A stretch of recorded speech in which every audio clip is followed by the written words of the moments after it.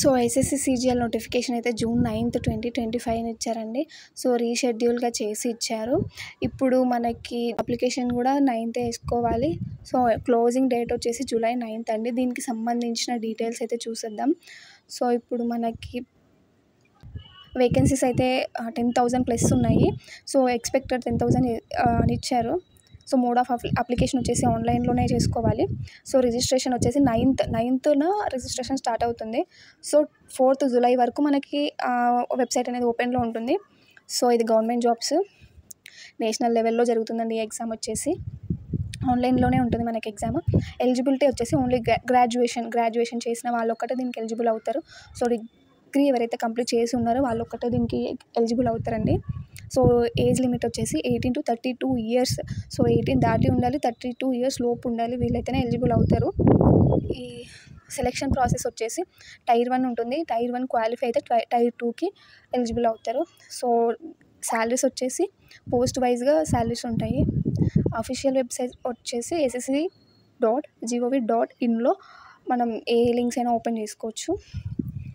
So, ఇక్కడ dates ఇచ్చారు. ఇందాక చూసాం dates 9th apply online 9th June, last date వచ్చేసి 4th July, tier 1 admit card August 2025. Exam date వచ్చేసి 13th to 30 ఆగస్ట్ ఈ మధ్యలో జరుగుతుంది. సో, మనకి ఎగ్జామ్ డేట్ ఎప్పుడైతే ఇచ్చారో దానికి 4 days ముందు మనం అడ్మిట్ కార్డ్ డౌన్లోడ్ చేసుకోవాల్సి ఉంటుంది. అండ్ నెక్స్ట్ వచ్చేసి వేకెన్సీస్, పే గ్రేడ్ కూడా ఇచ్చారు. సో, ఎస్ఎస్‌సి సీజీఎల్ 2025లో 10,000 ప్లస్ అని అన్నారు. సో, 2024లో 17,000 ప్లస్ మనకైతే వేకెన్సీస్ ఇచ్చారు. సో, ఈ ఇయర్ తక్కువ ఉన్నాయని ఎక్స్పెక్ట్ చేయొచ్చు. ఇంకా నెక్స్ట్ వచ్చేసి ఎస్ఎస్‌సి సీజీఎల్ 2025 ఎలిజిబిలిటీ అండి.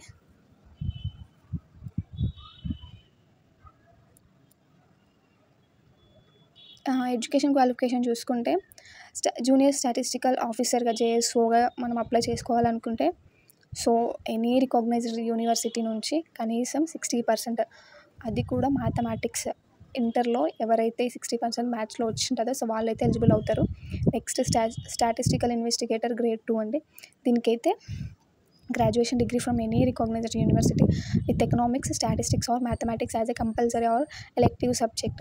అంటే ఖచ్చితంగా మనం డిగ్రీలో అయితే ఖచ్చితంగా ఎకనామిక్స్ కానీ, స్టాటిస్టిక్స్ కానీ, మ్యాథమెటిక్స్ ఈ మూడిట్లో లేదా 3 ఉన్నా కూడా మనం ఈ స్టాటిస్టికల్ ఇన్వెస్టిగేటర్గా ఎలిజిబుల్ అవుతాము. సో అప్లై చేసుకోవచ్చు.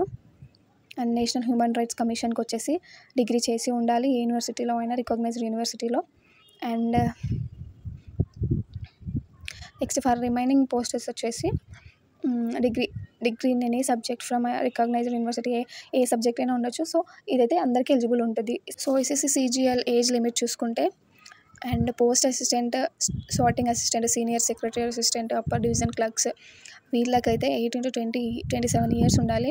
ఆడిటర్ అండ్ అకౌంటెంట్కి అయితే 18 to 27 ఇయర్స్ ఉండాలి. అసిస్టెంట్లో అయితే assistant service officer, executive assistant, research assistant వీళ్ళకైతే 18 to 30 ఇయర్స్ ఉండాలి. జూనియర్ స్టాటిస్టికల్ ఆఫీసర్కి అయితే 18 to 32 ఇయర్స్ ఉండాలి. అసిస్టెంట్ సెక్షన్ ఆఫీసర్ వచ్చేసి 20 to 30 ఇయర్స్ లేదా 18 to 30 ఇయర్స్ కూడా ఉండొచ్చు. Inspector of income tax, inspector assistants and enforcement officer వీళ్ళకైతే 18 to 30 ఇయర్స్ ఉండాలి.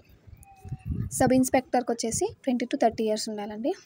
అండ్ రిలాక్సేషన్స్ చూసుకుంటే కేటగిరీ వైజ్గా ఇస్తారు మనకి. అండ్ ఏజ్ రిలాక్సేషన్ ఓబీసీ వచ్చేసి 3 years రిలాక్సేషన్ అండి. ఎస్సీ ఎస్టీ వచ్చేసి 5 years. సో ఫిజికల్ హ్యాండిక్యాప్లో కూడా మనకి క్యాస్ట్ వైజ్గా ఇచ్చారు రిలాక్సేషన్స్. సో నేను ఇక్కడ డిస్ప్లే చేశాను.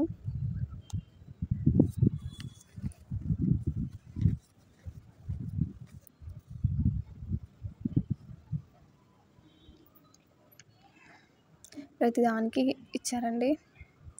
అప్లికేషన్ అయితే ఆన్లైన్లో చేసుకోవాల్సి ఉంటుంది.